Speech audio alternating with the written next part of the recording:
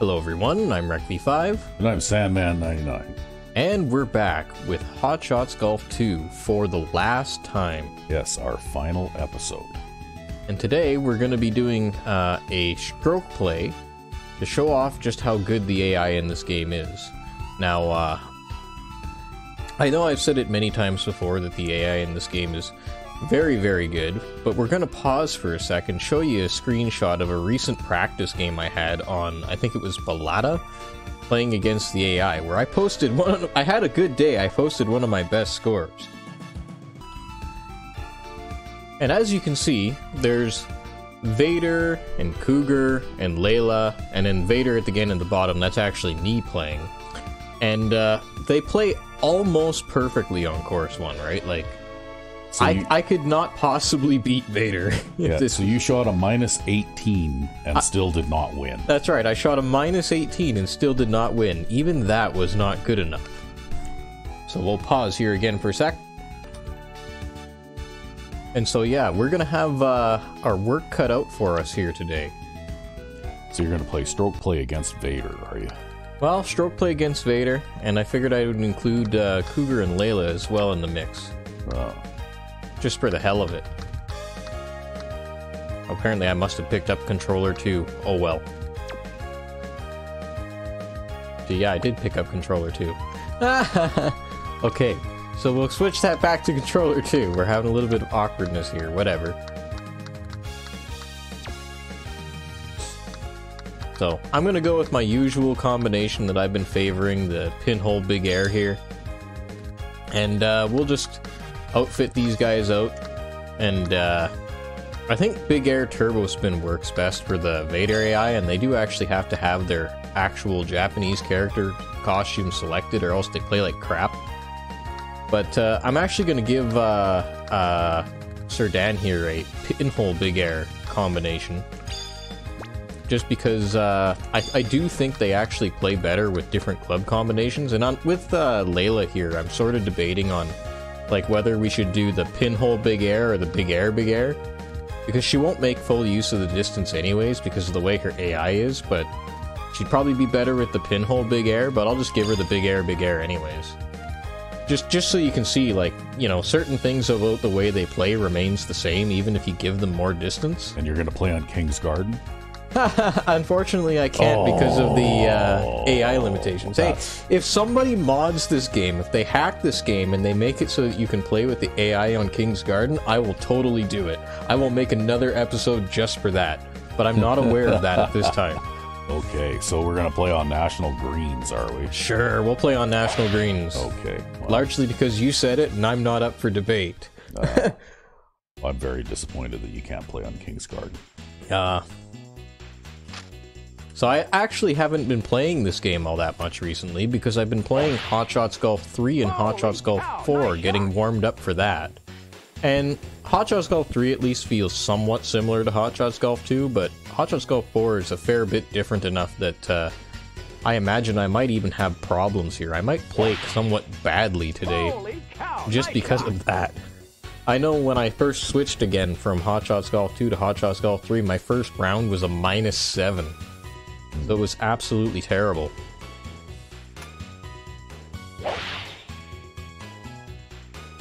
But I don't know.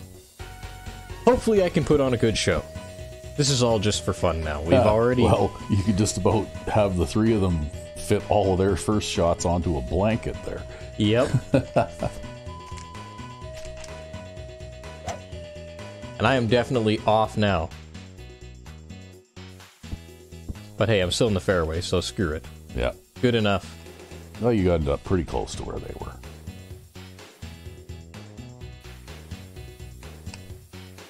Ugh. What are you doing out there? Wow. Hey, I told you I've been playing Hot Shots Golf 3 and 4, so... Yeah, you're playing like crap now. Yeah, well, you know. Yeah. Oh, well, today isn't to show off your skills anyways, right? That's right. I'm just here for the ride. Oh my goodness, that's on the green.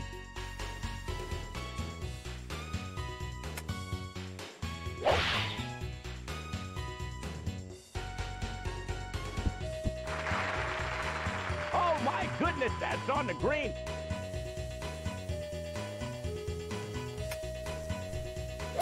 Yeah, they're all somewhat consistent, but like because they have different shot trajectories and things like that, the three of them actually play fairly differently and approach these things fairly differently. And it just occurred to me too, I probably forgot to do the input lag thing, so I'll do that after this hole. Oh.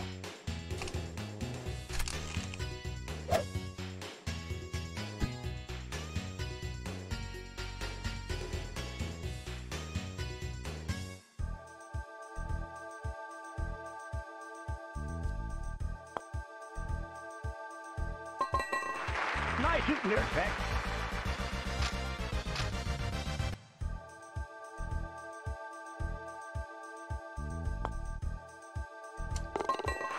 Nice shooting there, Peck.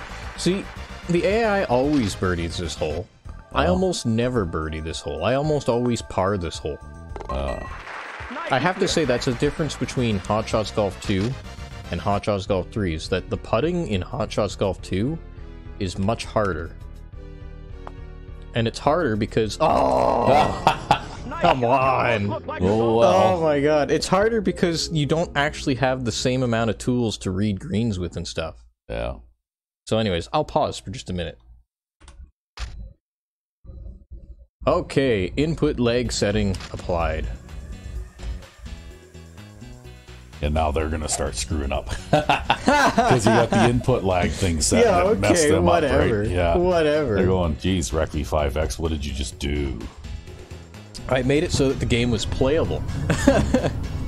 This is really one of those game series where you absolutely cannot abide by input lag.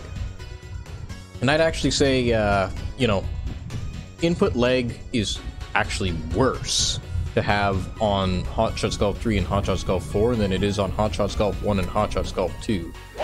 Right, I think in Hot Shots Golf 1 the game even runs at a lower frame rate, so it's not as bad to have input lag. But in Hot Shots Golf 2, you know, the game itself is less demanding, the courses are less perfect, so you don't have to be as completely perfect as you would in Hot Shots Golf 3 or 4 to play a lot of the holes.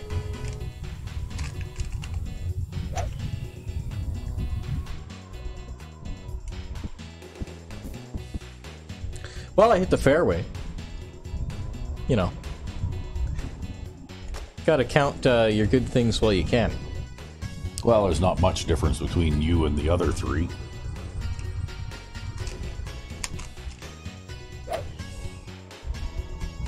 Well, that might hit the green at least. No, it's gonna be short. It's gonna be short because of that stupid mound at the front of the green.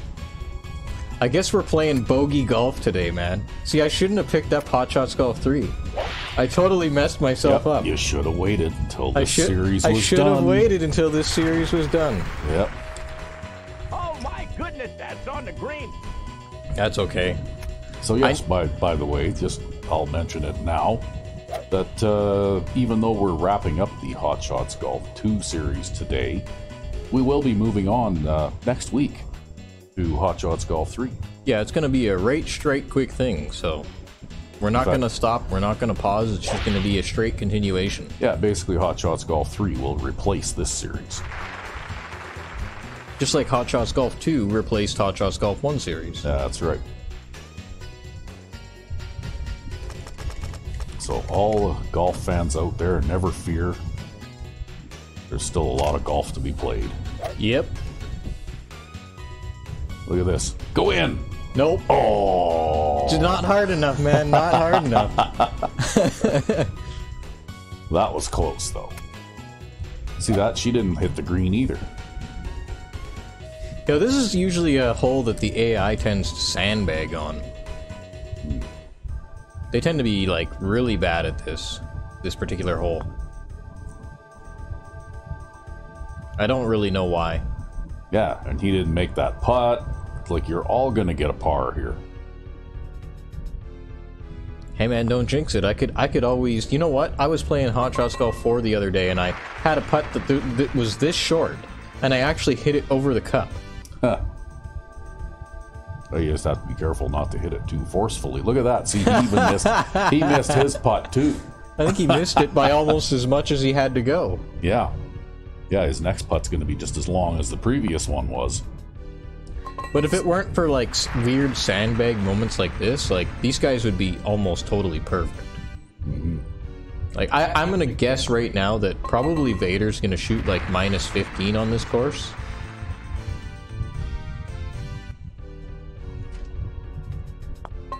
And I don't know, Layla and Cougar might get like -14. But I've seen Vader shoot as high as -17 even on this course. Those are just days when you won't win. You won't beat him in match play.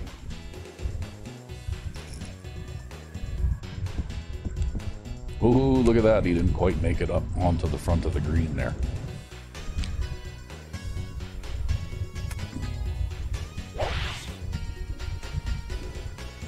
Yeah, it looks like it's a pretty stiff headwind. Oh, Oh my goodness, that's Oh, on the God. green. you gotta do what he did, but just put your ball like a fraction of an inch further to the left. Holy cow. Think you can nice do that? shot. No, I don't.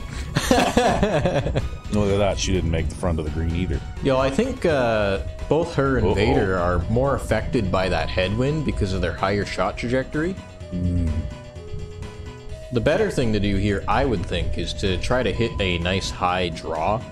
Well, there's your chance. That wind actually wasn't as strong as I thought. This is not going to be as good of a shot as I thought. Well, it's Oh my better goodness, than that's on the green. Vader and Layla. Yeah, well, I guess at least I'm putting, but, you know, the AI with their chipping in this game, right? Yep. Yeah, she just chipped in. It's actually worse if they don't hit the green, because they can't Yeah. sandbag when they're not on the green. Nice shooting there, Beck. Oh, see, maybe I should have played course 5, because it has all those tiny greens that they'll chip in on, right? Yeah. Oh, there, he just chipped in too. Nice shooting there, Beck. Yep. Nice shooting there, Beck. Man, if I could chip anywhere near half that good. I swear. Well, you just have to putt for dough. There you Nice go. shooting there. Well, at least I'm even par now.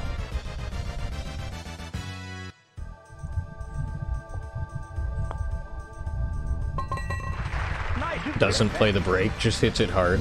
That's something else that is different about the putting. So the putting is, I would say, is easier in, say, for example, Hot Shots Golf 3. I'd say it's a lot easier because you have more tools to work with to read greens. But it's also a lot more fickle and a lot more precise, right? Like if you overhit the ball slightly or underhit the ball slightly, you're going to end up with a lot more situations where the ball rims around the cup or something like that.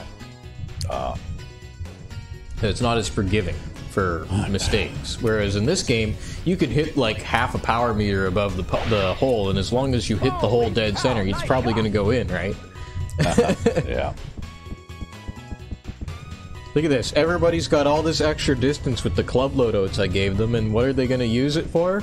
They're going to use it for hitting 3-woods off the tee. Yeah. But they're all within a 3-wood or less of the green anyway for their second shot. Well, but their impact zones are so bad. It's not like they get a any kind of impact or accuracy improvement for hitting this 3-wood off the tee, right? Yeah. The only reason you'd want to hit a 3-wood off the tee with these guys is if you're like trying to get to a very specific spot on the fairway, and obviously that's what they're trying to do here. That's what they're programmed to do. They're programmed to hit the ball specifically in that spot, right? Well, you're going to outdrive them all this time around. Well, that's because I'm not a robot. Like the little square that says, I am not a robot. Yep. Well, she's going for the green. She would have had such an easier time if she could have hit an iron to the green. Yeah. And with the big air, she hits the ball 257, I think. That would be as far as I do. Oh, he's going for the green too. Holy cow, nice shot. Look at that. They just both ended up. It's almost like croquet out there. He's gonna hit her That's on ball. the green. Oh, look, out comes the forward too, right? Yep. And it's a full power Holy forward. cow, nice shot. Yeah, and look at that. They all end up in about the same place. Oh my I mean, it's goodness, better to that's be on there the than green. not on the green. And I've had more than one occasion where I've played this shot and not ended up on the green. Yep. So if I could hit a super backspin shot here, I think I'd be fine. But I'm thinking I might want to actually just hit like a normal backspin shot, and if I hit a normal backspin shot, I'll need more club. Plus the normal backspin shot will have some forgiveness if I do something like this. And shank it. Yeah, because then you can end up in the same place as the other three. Oh, my Well, I'm a little goodness, that's closer on the still. green. Yeah.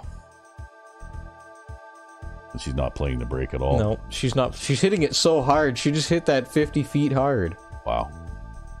That's going to be a pretty long second putt. And he's aiming the wrong way. Well, at least he didn't hit it too hard. Yeah, but he's still going to have a 10-foot putt, too, for his second putt. Oh, he aimed it slightly the right way and then hit it 45 feet hard. I don't think that's going to do it either. No.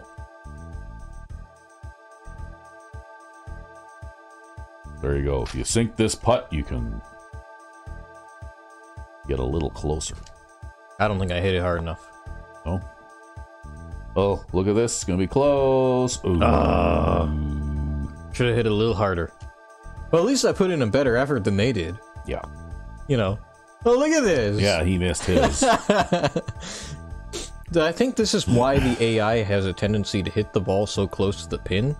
Because they suck ass at putting. Except for those times when they decide to robo-putt, right? Oh, look at that. She missed, too. They're all missing. Let's see if Cougar Yeah, he makes just his missed. putt. Did he just miss? No, he didn't. He made his. Nice shooting there, Tex. You and Cougar with the birdies on this hole. Yeah, I don't know what the hell that's all about, man. That was terrible play. But I have a theory as to why the AI does this. I think there's like a particular score threshold that they're supposed to get on each particular hole given their difficulty rating. Nice shooting there, Tex. And if they go above and play above that score threshold, then they will sandbag on a hole in order to do poorly. Oh. And if they play below that score threshold, that's when you start seeing things like the chip-in eagles from 150 yards out, and things like that.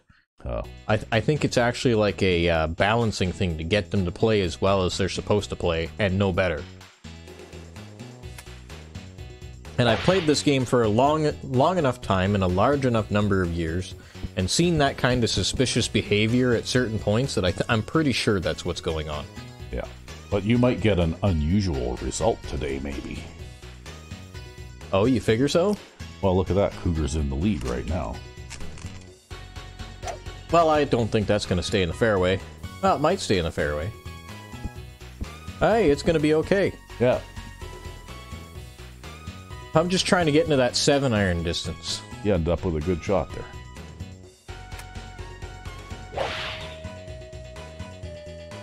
Yeah, that's the key for a small impact zone character like this. Even if you're having a bad day, all you have to do is hit the ball far enough to get into 7-iron distance. And then pray you don't get a bad fairway lie, and you'll have a nice big pink impact zone to hit the ball off of for your approach shot.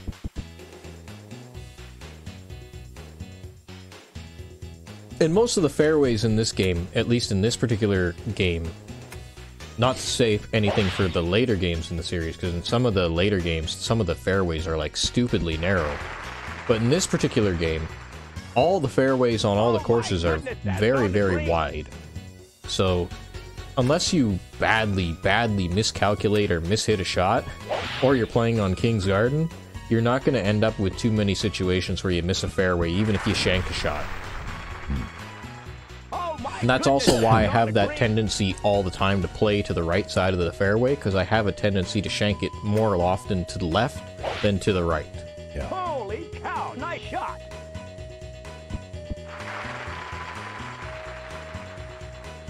Oh my goodness, that's on the green.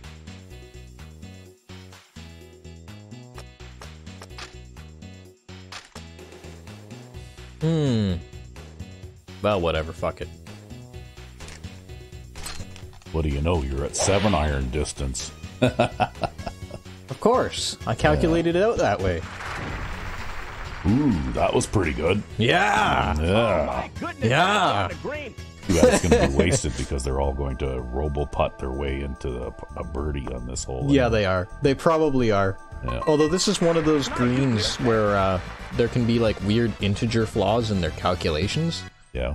Like rounding errors. They could miss the cut by a rounding error. Like that. Like that. Yeah. Where like Okay. the line looks totally perfect, but because of a rounding error, they miss. This is why I play these guys on course 6. It's the only way to get them to screw up. Oh, well. Vader got the birdie now.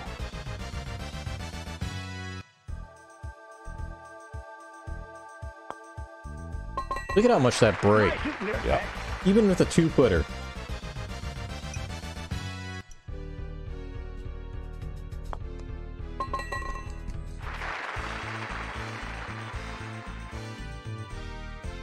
Well, I've made myself back up onto the leaderboard here. Out of dead last, anyway. Yeah. Now I'm just tied for dead last. Yeah. Holy cow, nice shot.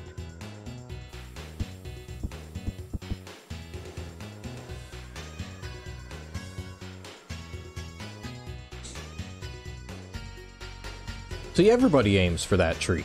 Even they aim for that tree, man. Yep. It's just the place to aim on this hole. It's the place to be. Oh, and that's going to be a long one, too. Holy Look at that. cow, nice shot. Yay. I carried right over that tree. Yeah.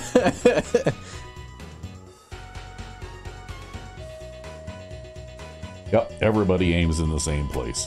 They all know what's going on. Holy cow, nice Oh, it's shot. because if you play to the other side, like, yeah, okay, there's a little bit of a slope here right in front of that tree that you can get stuck on. It's kind of inconvenient, but if you play over to the bunker side, even if you don't hit the bunker, the fairway slopes from right to left on that side, and it'll throw a nasty curve on your ball when you try to approach the green. Yeah.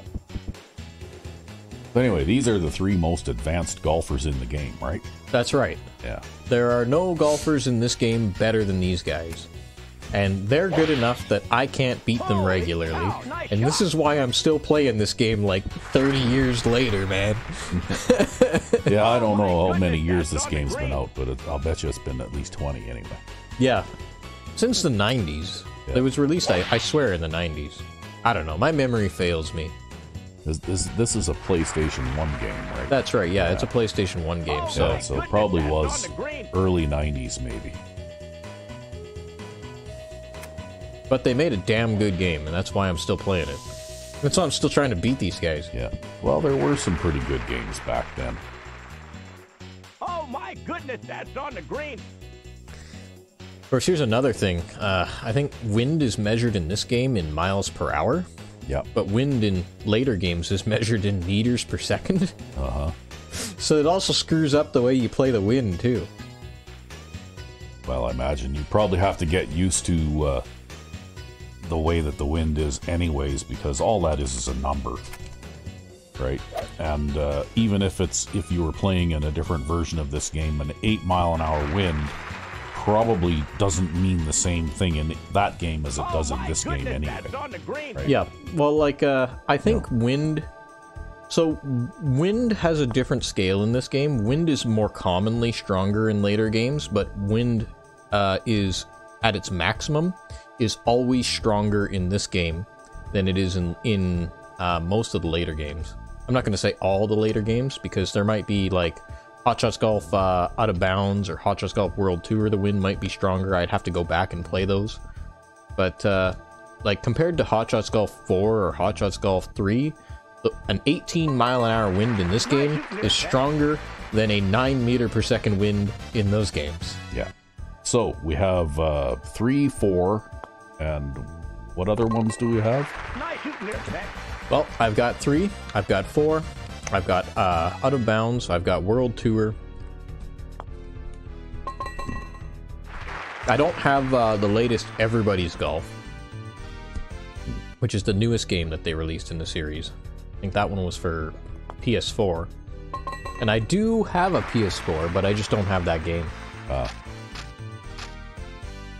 Well, we got enough golf games to be able to play golf for a long time yet. Yep.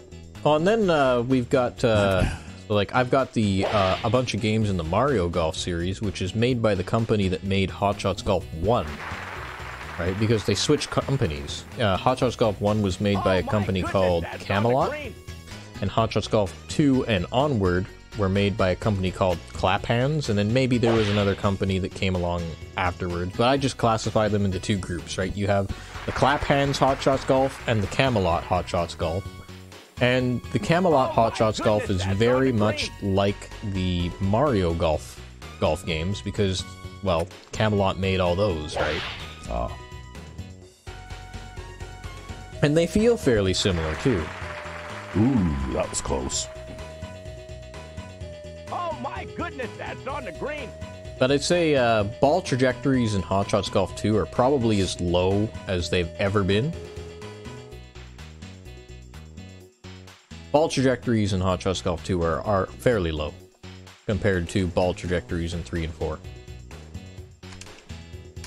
I'm trying this thing where I make use of that slope, and maybe it'll pay off, and maybe I'll just roll off the back of the green. I think you hit it a little too hard. Probably, but I did get the slope read right. Yep. Yeah, you just overshot. Yeah, well. I think I overhit this too.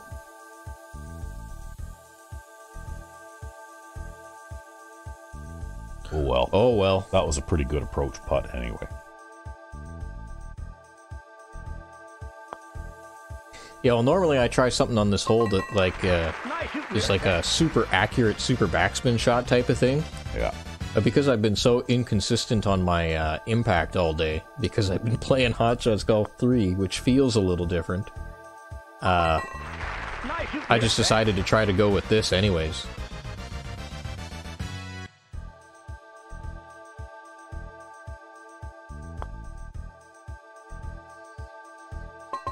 Well, and I haven't been playing Hot Shots Golf at all. I've been playing Baldur's Gate 3. I really like Baldur's Gate 3. Yeah? Yeah. I've been thinking about whether or not to pick it up myself. Well, I recommend it. If you like that particular turn-based genre of adventure games, it's pretty good.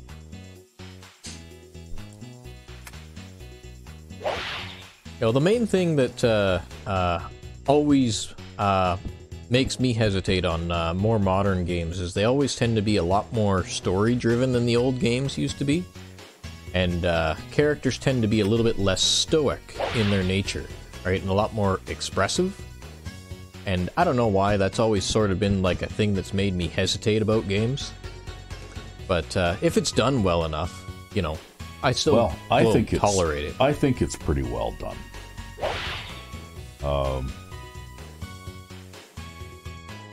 You know, like each character, I guess there's like sort of like a side quest involving each character that you can adventure with. Yep. But it doesn't really take over the game. Like, you can still play the main, you know, like it's the first time I played through it, so I'm basically focusing on getting through the main quest line, right? Yep. And sometimes events will happen that have to do with the, you know, like one of the NPCs with you, but for the most part, it's not too intrusive, right? Yep. And of course, I'm not really at all familiar with the rules of the game, right? Yeah, well, I guess D&D 5 is a lot more different than the version of D&D that you or I are used to playing. Yeah, well, when I played, it was a long time ago, like 30 years ago, so it was a lot different. Look at them hit. Yeah, they just hit two of them there. The two of them, both Layla and Cougar, they just hit their balls right through that tree. Just like it wasn't even there. Yep. It's an illusory tree. Yeah. Maybe they have their a McCullough chainsaw in their bag or something. Oh, and then See I that? hit the tree and I'm then out of you bounds. hit the tree. Oh, no, I'm not out of bounds. Yeah, Yeah. but I hit that tree, and I'm pretty sure I was past that tree. Well, it still certainly hit looked it. to me like you had a better chance of clearing that tree than they did. Well, 'Cause it they hardly both matters. hit right through the middle of that tree. But anyway, yeah, I had a hard time catching on. And you know what, though? You don't need to know the rules of the pen and paper game to play that game. You basically just play the game for what it is, right? Yeah. And I suppose having a little bit of knowledge of the pen and paper game might help you with some of your choices and decisions, maybe, but for the most part, I find I'm not really handicapped by my lack of knowledge in it, right? Yep. It's just like learning how to, the learning curve in any other relatively complex game, right?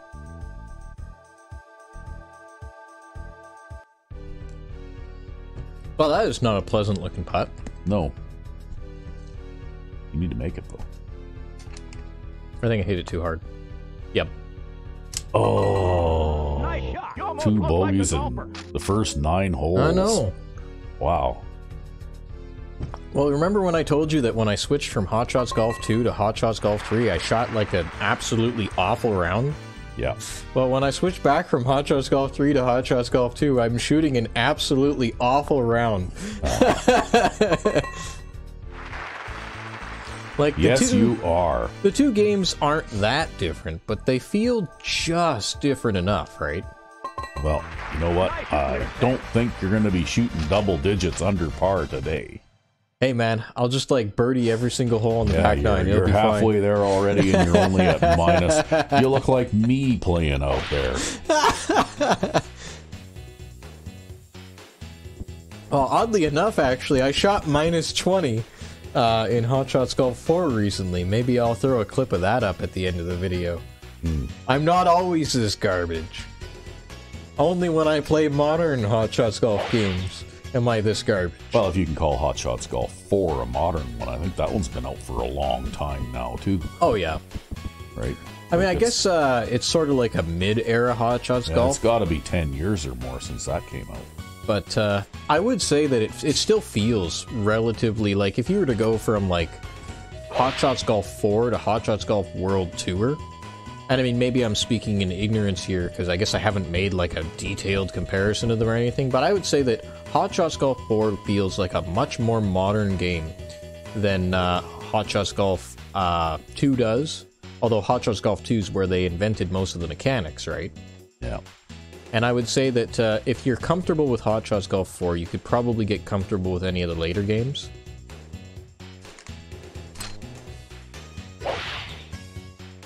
Now that's a pull to the left, and I might need that pull. Because I need to be able to get around these trees. Well, that looks like a long shot to the green now. Oh, I can't go driver because of my bad lie. Yeah. Ah, You're going to have to play short. what a load of crap. Oh. You know what? I would hit that driver off the deck, and I don't care if it was like perfect impact or nothing. I'd rather have the option to hit that driver. Oh, well, you're just going to have to make a good approach shot now. See, he's going to have to... He can't play at the green either right now where he is, right? Yeah, no, he's gonna do the sand wedge thing. The awkward AI sand wedge thing. Don't worry, he'll probably still find a way to birdie this hole.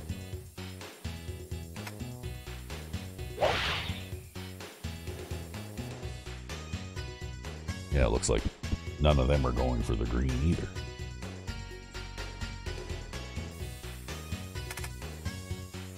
Oh, Layla's gonna hit it straight through that tree. Yeah, like literally goes right through that tree, and yet you clip a leaf on the one tree, and it's enough to ruin your shot. Well, right? and I didn't even think I clipped the leaf. I thought graphically I must have missed the tree. I don't know, you'd have to go back in the recording, but I'm pretty sure graphically I missed the tree. Look at this, he's still not going Cow, for the nice green. shot. But yeah, I don't know, the AI always does weird things. Like, it's because they can tell where the collision box on the tree is, Yeah. and I can't tell where the collision box on the tree is. I'm just trying not to hit the tree.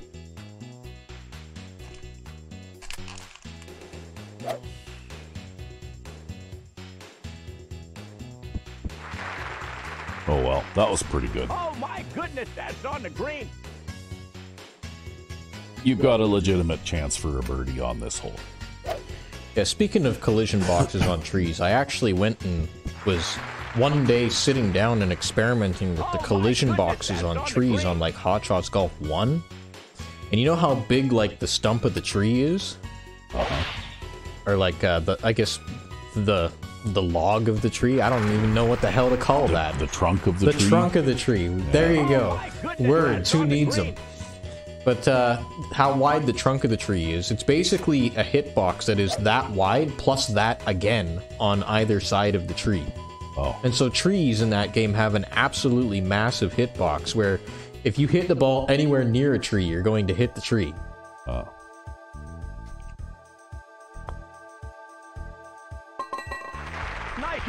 Well, we're -2 now. Better than how we started here. Yeah. I don't know, I think I could do better on some of my Hot Shots Golf 1 scores. And I might re-upload something about that at a later date. I was never terribly satisfied with how I scored in that game. I'm happy with how I scored in this game, but I'm not satisfied with how I scored in that game. I've been thinking about going back to it. That was also before I'd figured out all the latency crap and everything like that though too, right?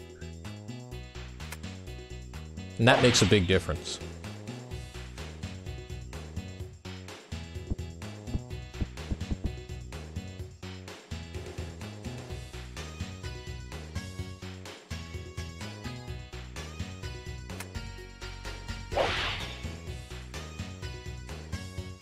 Well, they're not going to have any trouble hitting the best position on the fairway here.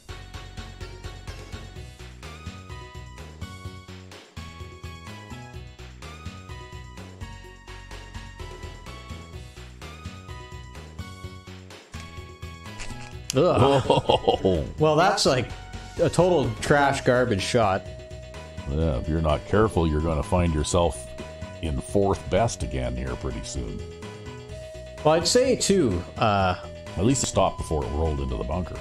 like I think I experience more latency when I'm trying to play something like Hot Shots Golf 1 or 2 here on this particular setup as opposed to playing like something a little bit more modern too. I don't really know why, but it really does struggle when you go between the two. It's a real struggle.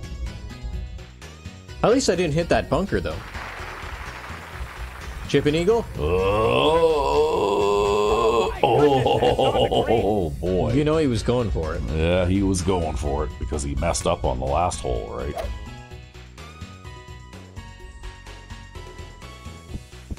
Well, she might get it.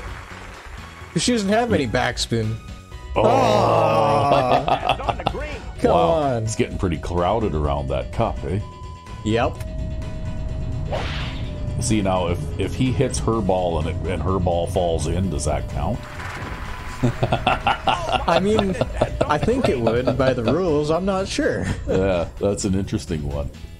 Weird things like that happen so seldom, though. I wonder if there even is a rule for that. What happens if you hit another golfer's ball with your ball, right? I totally hit that way too hard. Way too hard.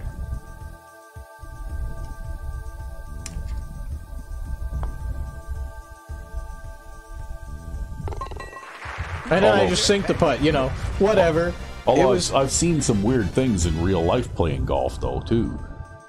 Like one time when you hit a goose about 200, I took about a swing. 200 yards down the fairway. Yeah, I took a swing on my tee shot, and I hit this low ground trailing bullet that just was like flying along. And there was a goose in the middle of the fairway. And I hit the damn goose. Yeah, that probably took about 20 or 30 yards off the length of that shot. Yeah. The thing is, though, those things are tough. Like, that thing actually just turned around and gave you a dirty look and then walked away. Yeah. Well, I'm just glad it didn't come and attack me after. I guess they're not that aggressive.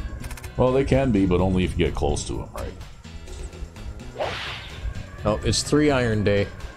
But I guess maybe You know, like, well, they actually are pretty tough. Like,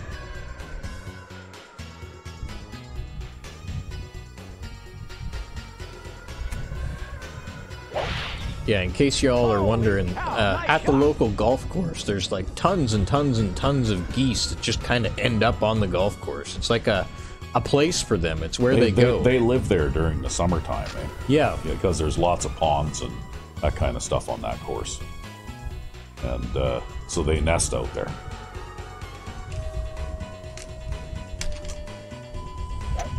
Well, we're going to the right, which is not good. Because I might get stuck behind this hill.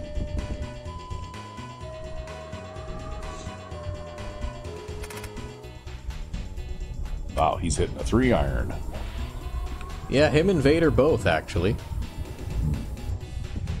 They're probably going to do the thing where they take the Suzuki path, where they hit like a sand wedge on their next shot, and then a sand wedge again.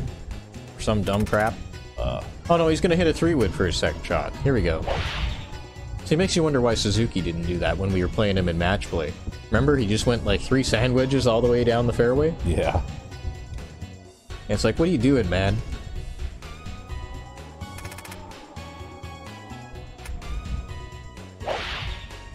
Holy cow, nice shot. Yeah, wow, that's an 18-mile-an-hour wind. No wonder I ended up behind here. That was perfectly calculated to land just short of that rough.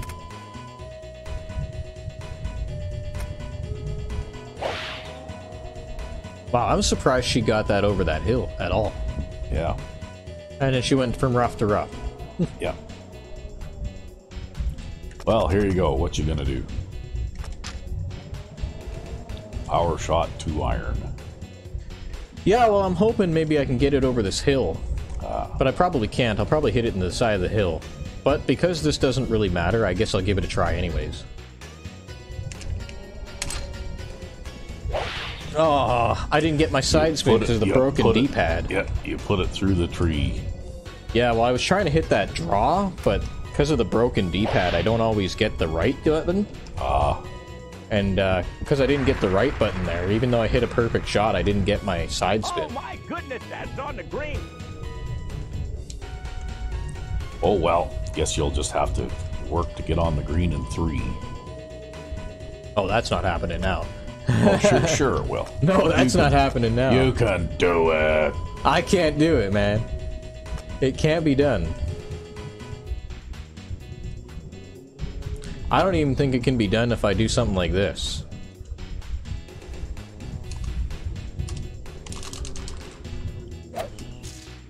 Nope, Well, I actually hit that tree. I couldn't even get around that tree. You hit the tree.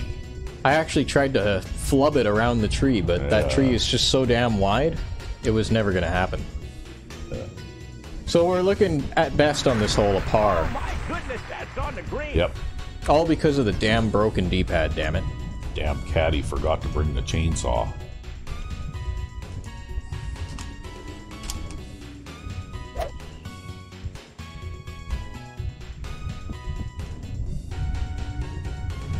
Well, gonna be a pretty tough putt for par. Yeah. I don't know. I hate getting sabotaged by my controls like that. That's something that really bugs the hell out of me. Well, Oh my goodness, maybe we'll have that's on to the green. get a couple of new controllers. Yeah, well, you know, it is what it is. They do wear out after a while.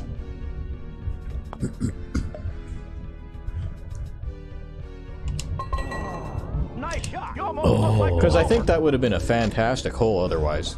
Yeah. And probably my only ticket to a double-digit score here too, right? Because instead of being -2, I'd be -5. But that's just part of the frustration of playing with these things. They don't make D-pads as good as they used to either. Like, nice there, Pat. I've noticed that I've tended to break a lot of D-pads on recent controller designs. On so like on Xbox style controllers, you break them so that the buttons stop responding. And on PlayStation style controllers, you can actually break them, like even though they've got that segmented pad, you can actually break them so that the pad button is separated inside the casing. And then you just kind of have like a loose pad button floating around in there. It's like, well, that's kind of awkward. That's just from pressing the buttons too hard, or what? Yeah, well, the thing is, though, I've got a PlayStation 1 controller that I have from my first PlayStation 1, right? And that thing still works perfectly. It's not busted at all, and I played all these games on it and played them with the exact same hands. But, yeah, they just don't make them as solidly as they used to. And I don't know if it's like, the material they use for the membranes, maybe they don't make them as thick or something.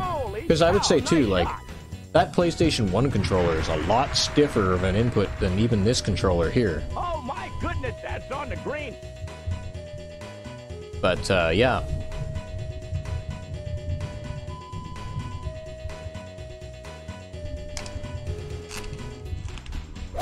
Well, that's not the best shot I've ever hit. Probably be like 13 feet from the hole. And it is Oh my goodness, that's on 10 the green. feet from the hole. I mean, close enough.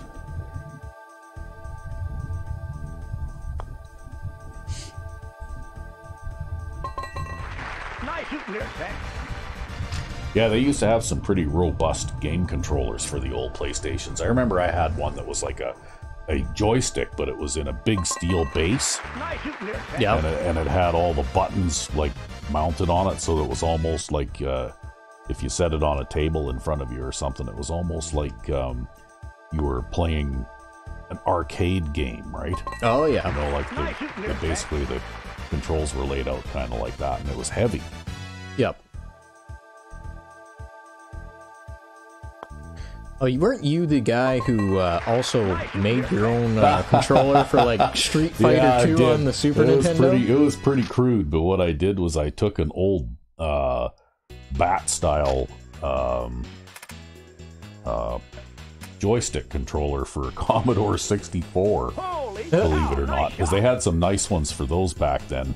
Yep. And if you took the screws out, you could take the base apart, and inside for all of the directional controls were leaf switches. So when you actually tilted the joystick in a particular direction, it would close the leaf switch and finish the contact, right? Oh, okay. And the way you got diagonal, obviously, was you'd tilt it so that it would close two leaf switches at the same time. It was only Yep. four directional.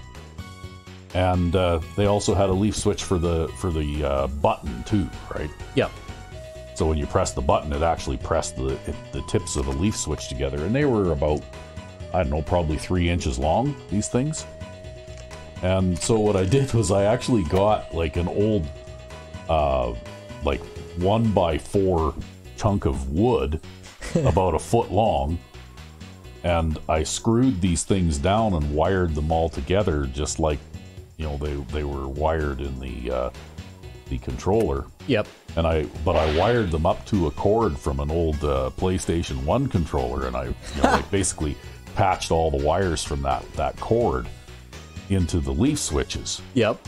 And I glued little rubber pads to the top parts because I laid them down so that when you could rest your hand on top of it and press down on the top part of the leaf switch to make the contact, right? Yep. And it worked. It actually worked pretty well. Nice. It looked uglier than you would, what, but yeah. And I was doing that because I was actually made that to play Street Fighter 2 with. Because I found it extremely frustrating to try and do some of the, fancy moves and stuff with a D-pad, right? Yeah, all the high execution moves and things like that. Yep. So what I did instead is I figured, well, if I made a my own controller where I could tap each directional key with a separate finger, then maybe I could do that. And I had there was quite a few switches on it. I actually had 2 different joystick controllers for an old Commodore 64 because I had to have one for each of the buttons too, right? Yep. Yep. And I think there was only I can't remember now. I think PlayStation controllers only had 4 buttons or something. Yeah, they had 4 face buttons, 2 triggers, and then 2 more back triggers. So I guess 4 face buttons and 4 triggers and a start button and a select button. and the D-pad. Or no, it wasn't for PlayStation I made that for. It was for a Super Nintendo. Yeah, it was for a Super Nintendo. Yeah, so it was a Super made it Nintendo. for, So the Super Nintendo only had like 4 buttons, right?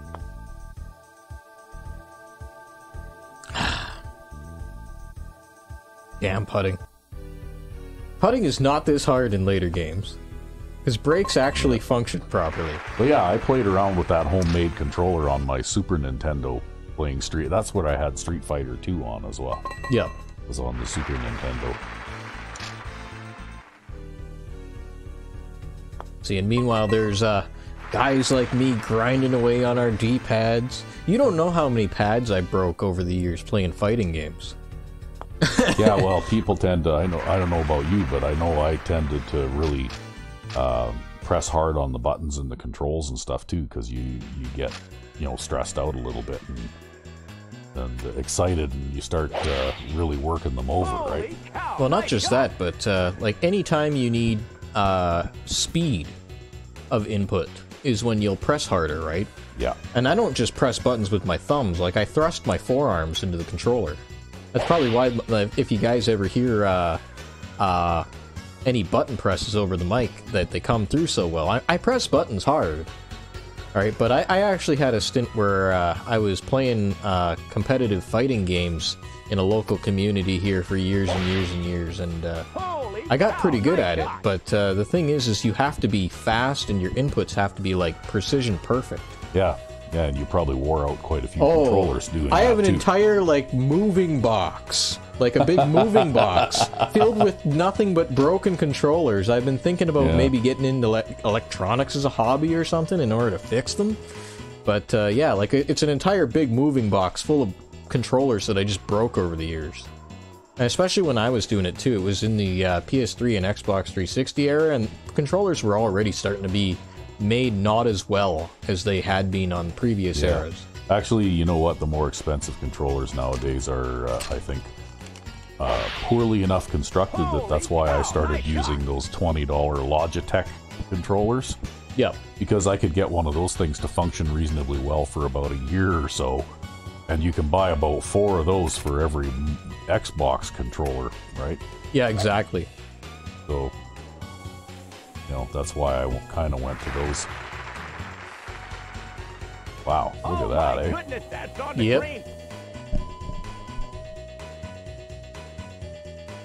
Yeah, I'd say, so probably the first, because I've been playing video games a long time. Alright, and probably the first time I ever noticed that controllers were starting to degrade in quality. I remember I was playing, like, I think it was Street Fighter on a PS2, right? And, what ended up happening was I would break, like, the R1 and L1 buttons, because on a PS2 they weren't solid buttons anymore, they were hollow inside. And so you could wear down the edge of the plastic on the controller itself, and actually split the button in half. And then you end up in situations where you're playing your fighting game and it's like, oh, hold on a sec, I gotta push my trigger back in because it's like half sticking out of the controller at a diagonal angle. Wow. Yeah. So, I did that to a number of controllers. Yeah. Well, I was never really into the fighting game thing. I mean, I played Street Fighter 2 quite a bit back in the day, but Oh my goodness, that's on the I was green. never really very good at that type of game. So, and the fact is, as those games, as they came out with newer and newer versions of them, the movements became more complicated, and there got to be a lot more of them, to the point where you were basically more or less constantly doing special moves. There was no, there was no real focus on doing basic, kicks and punches and throws and that kind of stuff anymore. And if you couldn't do the special maneuvers at will, well then, you're severely handicapped when you're up against anybody who can do those things. Yeah, that's true. Well, I don't know. I mean, I've been retired from that kind of thing for like a decade now. I haven't done anything like that in like 10 years. And I don't think it would make very exciting thing to throw up on YouTube or anything, which is why I haven't done so. But Yeah, that's why I press buttons the way I do, and that's why I'm always breaking controllers. Oh man, that was funny too, because there's this local game store here that was outside of my old workplace, and I always used to go over there at the lunch because we got like an hour-long lunch break at this workplace, right? And they would always have like a Super Nintendo out with like Street Fighter 2 in it. And so I would go over to this store with their Super Nintendo on display, and I would play Street Fighter 2, and I broke every single one of those controllers too, right? Because they used like the aftermarket cheapy Super Nintendo replica controllers. Those things don't last, okay? Don't buy one of those. If you're gonna play a Super Nintendo game for any extended period of time, get a proper Super Nintendo Get controller. the original controller. That's right, get the original, because the cheapy aftermarket ones, they don't last. I broke them probably within a couple of days of going there, and then, you know, the store owner used to play that shit with me too, right? Because he owned the store, so he didn't give a shit. Play games on the job, it is his job. But, yeah, we'd be sitting there playing games on the... Did I hit... No, I didn't hit the tree. But we'd be sitting there playing games, and half the buttons don't work, because I broke both controllers playing against the AI, right? And so, you know, you can't do special moves, you can't walk forward, you can't jump properly, like, you can't do anything. It was really, really bad. Oh my goodness, that's on the green. So yeah, well. you get what you like, to a degree you get what you pay for in controllers, but I do think that too, like, even the high-end controller manufacturers, they do make them worse than they used to. Yeah, well, you know, if they sell a million units and they save 5 cents a unit, well, you know, like, that's a lot of money, right? Yeah. Now, I do know another friend of mine who did end up buying a purely mechanical game controller. I guess there was something that he was looking at, and I don't know how well that thing performs, but it sounds like an interesting concept to me, especially as somebody who is particularly hard on game controllers. I wouldn't mind giving something like that a try.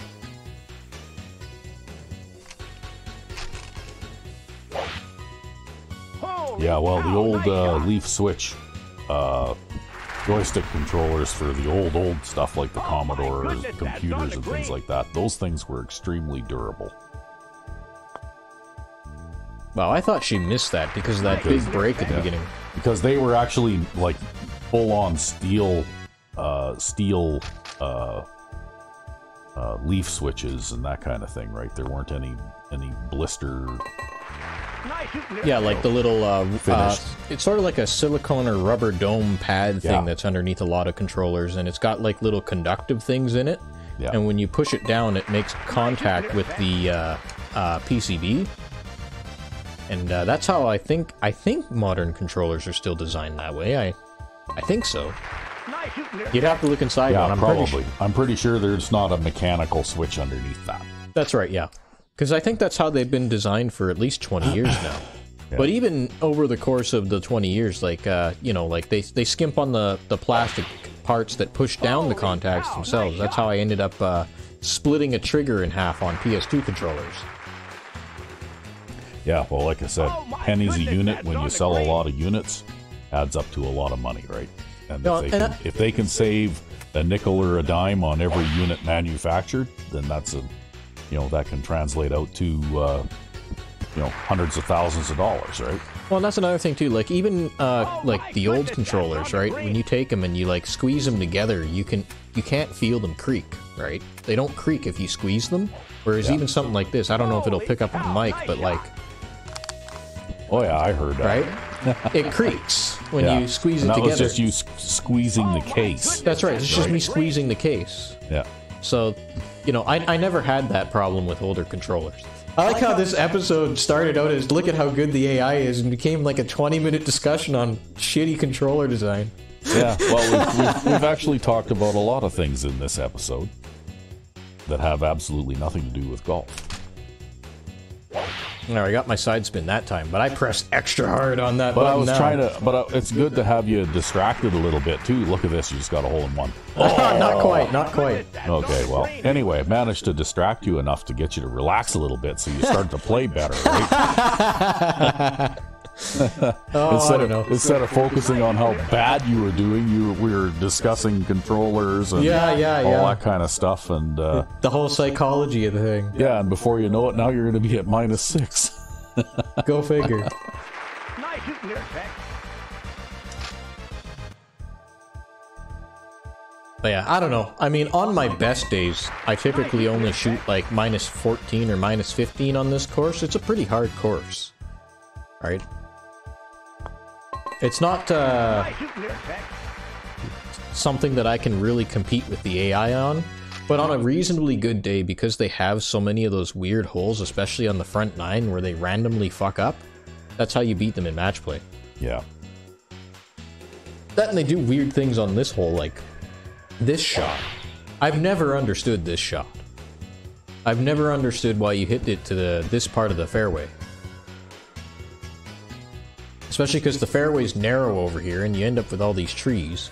I guess it's not so bad with this pin placement. You know, it might be a little bit better with this pin placement. But normally I always hit it over to the right because it's a nice, wide, easy to hit fairway. You can use a smaller club to do it. And then you're still hitting a 7-iron to the green, right? Yeah, look at that. All three of them are all aiming more or less in the same place. Funny. I mean, maybe it would be, like, again, because of this pin placement as opposed to the right-hand green pin placement, maybe this is a better place to hit, right? Because you hit it over here, then you're barely going to be in 7-iron range. Alright, you need to be, for this particular character, I need to be 156 yards or less to be in 7-iron range. Whereas if I go and aim over here, well, I mean, maybe it's worth it. Maybe. I don't know. Is it? I don't know. Ah, who the hell knows? We'll play it over here anyways, because I never play it over here. And I want to do it before a series is done.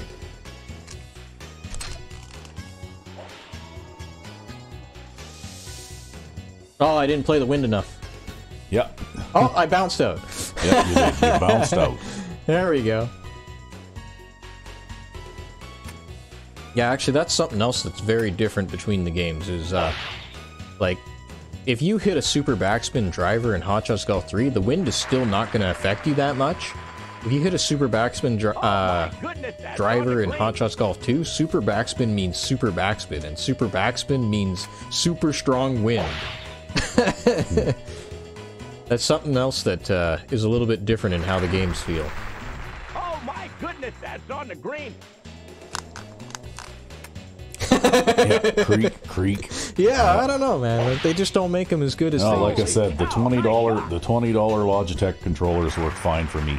The only thing I find the different between them and these Microsoft controllers is that everything is a bit stiffer, right?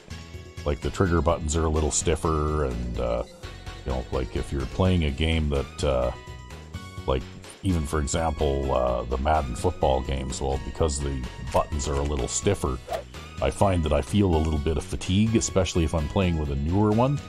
Oh, really? Oh yeah. Oh my goodness, that's on the green. I wonder. Hey, you know what? Can't hear that one creak, can Yeah, you? this one doesn't creak. So these cheap-ass $20 controllers don't creak when you squeeze them. Yep. Gonna have to get on to where we get those now? Amazon? Oh, I don't know. Probably. Yeah. See if we can get a couple more of those, because I like them just fine. They work well. Like I said, they're not quite as soft to control.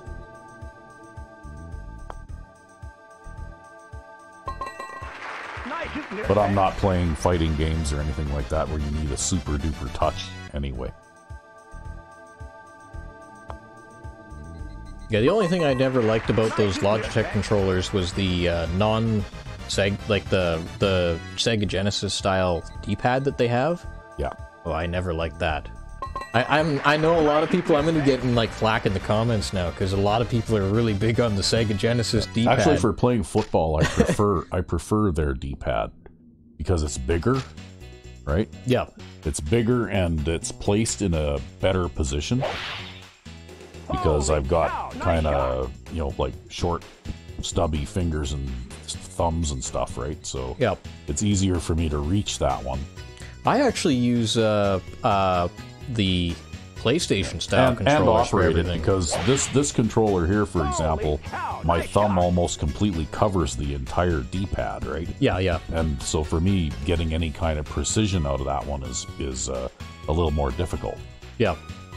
I actually use the PlayStation style controllers for everything whenever I can now, if I can actually get such controllers. Because once I had the ability to experience the segmented D-pad on the PS1, I always loved that. And I never went back to it unless I, like, you know... I guess this cross-style D-pad that I'm using right now is like a close second in preference, but I'd really rather have a segmented style D-pad. I think it's a easier to get diagonal inputs. Yeah. From my own competitive gaming experience, and I think it's easier to avoid misinputs.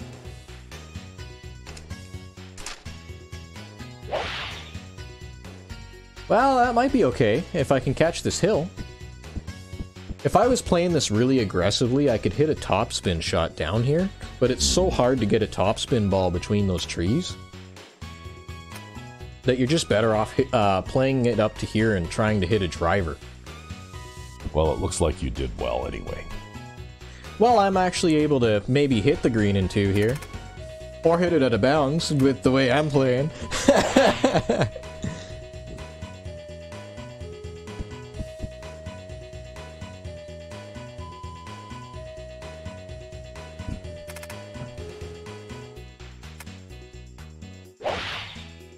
Holy cow, nice shot. Looks like they're probably going to shoot minus 14 here.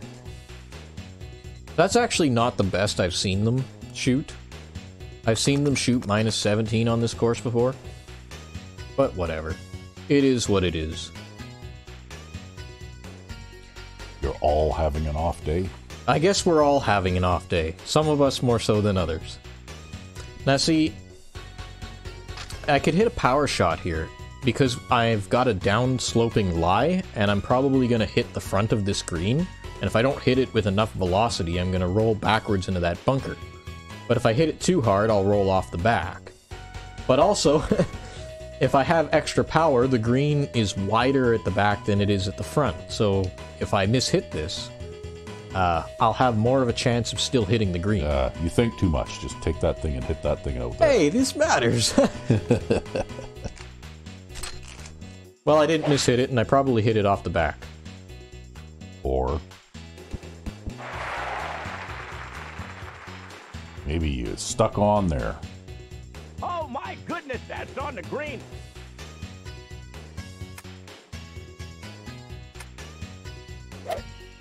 You know, I think this is the worst round of golf I've played in a while. This is actually just as bad as the minus 7 round I shot in Hot Shots Golf 3 the first time I picked it up. Well, you haven't been having a good round, that's for sure. Well, at least I can surpass minus 7 if I play my cards right here. There you go. Yeah. Oh my goodness, that's on the green.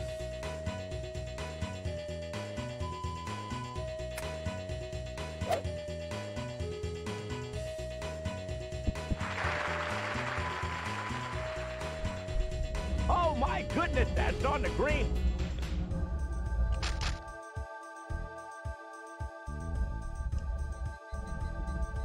I'm just gonna hit it straight at it. Yeah, just putt the crap out of it. There you go. Oh! Almost. Almost.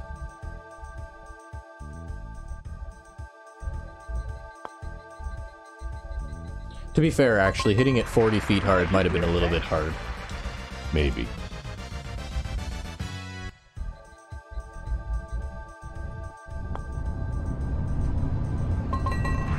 Nice shooting there, Beck.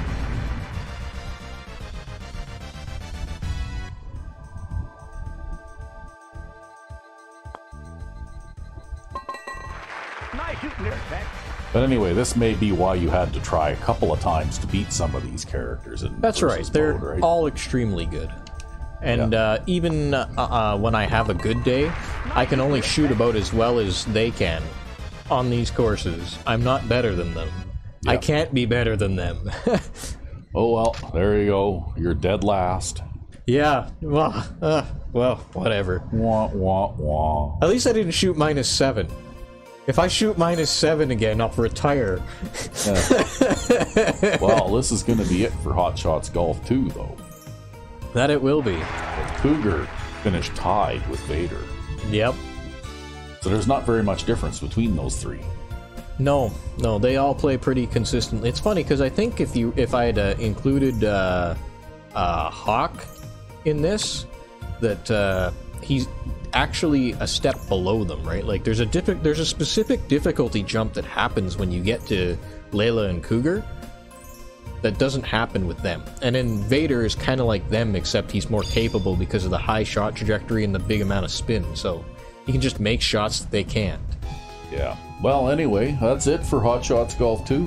Yeah, join us next week for Hot Shots Golf 3. We're gonna be... I'm looking forward to that. Yeah. And I got some special versus mode requests for that one right off the bat. So I'm gonna You're going to have to remember those. Yeah, I think I remember off the top of my head. It's gonna be Tiffany takes on Stacy, and it's gonna be Johnny takes on Spike. So we're gonna be doing that. We're gonna be being good on that. So I'm RecB5. And I'm Sandman99. Have a good one.